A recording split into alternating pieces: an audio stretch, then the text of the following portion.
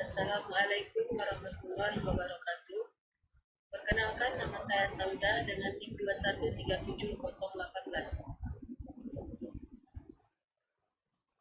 Baik, di sini saya akan mempresentasikan makalah yang berjudul Teknik Digital.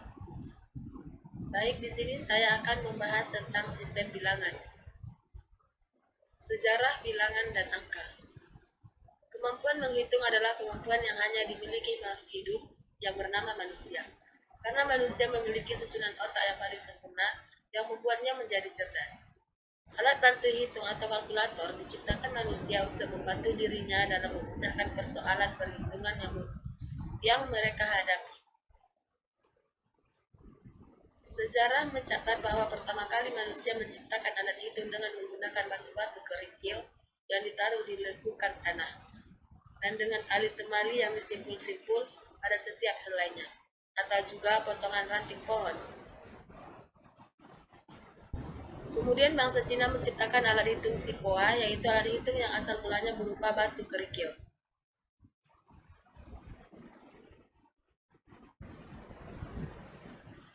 Kemudian bangsa Cina mengembangkan alat hitungnya yang disebut Sipoa.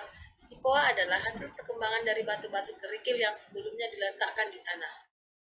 Sipoa menggunakan batu kerikil atau biji yang ditusuk dan direntangkan di kotak. Batu kerikil merupakan bilangan yang ditanyakan secara analog. Bilangan yang ditanyakan dengan cara analog dinyatakan dengan cara menghitung jumlah benda, biji, kerikil, simpul, pada tali atau ranting pohon. Kemudian sistem bilangan desimal. Pada sistem bilangan desimal, seperti telah kita ketahui bersama bahwa sistem ini berbasis 10 dan mempunyai 10 simbol, yaitu dari angka 0 hingga 9. Kemudian sistem bilangan biner. Sistem bilangan biner atau duo yang berarti dua banyak dipakai untuk sinyal elektronik dan pemrosesan data. Kekhususan sistem biner untuk elektronik yaitu bahwa sistem biner hanya mempunyai dua simbol yang berbeda. Kemudian selanjutnya yaitu sistem bilangan oktal.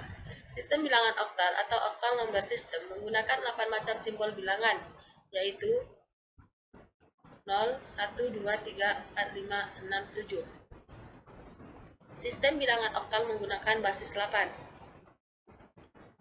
Kemudian selanjutnya yaitu sistem bilangan heksadesimal. Sistem bilangan heksadesimal atau hexadecimal number system menggunakan 16 macam simbol, yaitu 0, 1, 2, 3, 4, 5, 6, 7, 8, 9, A, B, C, D, E, dan F. Sistem bilangan heksadesimal menggunakan basis 16. Sistem bilangan heksadesimal mengorganisasikan memori utama ke dalam suatu byte yang terdiri dari 8 byte atau binary digit. Masing-masing byte digunakan untuk menyimpan satu karakter alfanumerik yang dibagi dalam dua grup masing-masing bagian 4 bit. Sistem bilangan desimal secara mudah dapat dirubah dalam bentuk sistem bilangan yang lain. Ada banyak cara untuk melakukan konversi bilangan. Proses yang paling mudah dan sering digunakan untuk memindahkan bentuk bilangan adalah proses sisa.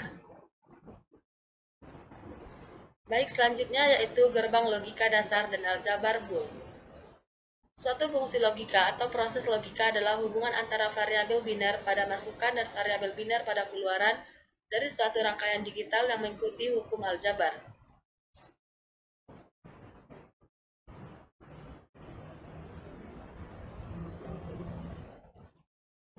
Variabel-variabel biner dapat dijelaskan oleh 3 operasi logika dasar, yaitu operasi NOT, operasi AND, dan operasi OR. Operasi-operasi tersebut dijelaskan dalam 3 bentuk, yaitu tabel kebenaran, simbol rangkaian, persamaan fungsi.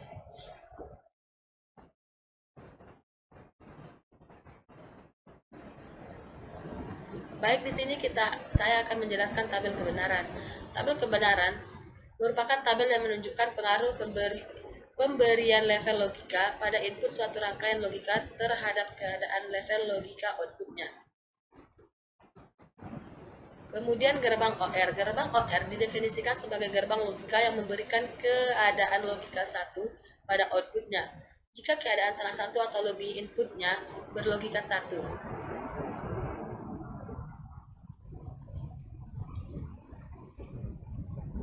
Kemudian selanjutnya yaitu gerbang AND. Didefinisikan sebagai gerbang logika yang memberikan keadaan level logika 1 pada outputnya jika dan hanya semua keadaan inputnya berlevel logika 1. Gerbang NOT. NOT merupakan gerbang logika yang memberikan keadaan level logika 1 pada outputnya jika keadaan inputnya berlevel logika, atau sebaliknya, gerbang ini akan memberikan keadaan level logika rendah pada outputnya jika keadaan inputnya berlevel 1. Gerbang NAND. Gerbang NAND merupakan kombinasi dua buah gerbang logika AND dan NOT. Masukan terdiri dua atau lebih variabel mulai dari A, B, dan satu variabel keluaran yaitu Y. Kemudian gerbang NOR. Gerbang NOR merupakan kombinasi dua buah gerbang logika OR dan NOT. Masukan terdiri dari dua atau lebih variabel mulai dari A, B, dan satu variabel keluaran yaitu Y. Gerbang XOR. Gerbang eksklusif OR biasanya disebut dengan XOR menghubungkan dua masukan variabel A dan B serta memiliki satu variabel keluaran yaitu Y. Kemudian gerbang XNOR.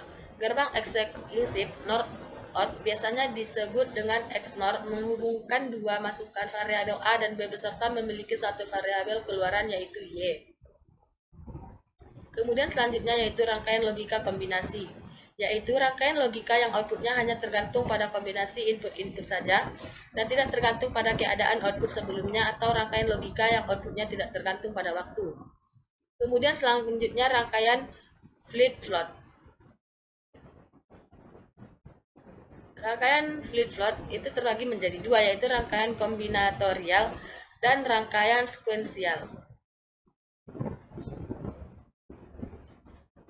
Rangkaian sekuensial itu terbagi menjadi 5 bagian, yaitu flip-flop RS, rangkaian flip-flop RS, flip-flop RS berdetak, flip-flop D, kemudian jenis-jenis rangkaian flip-flop berdasarkan clocknya.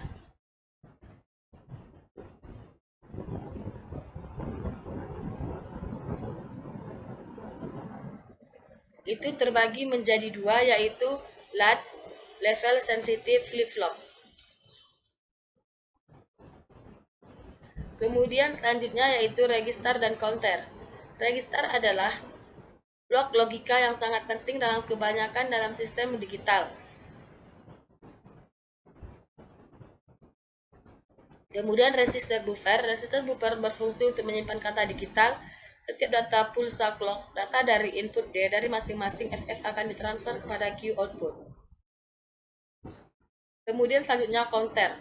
Counter disebut dengan pencacah atau penghitung, merupakan rangkaian logika sekuensial yang digunakan untuk menghitung jumlah pulsa yang diberikan pada bagian masukan. Perbedaan dari dua jenis counter tersebut adalah pada pemicunya. Counter pemicunya minimal ada salah satu flip-flop yang clocknya dipicu oleh keluaran flip-flop lain atau dari sumber clock lain.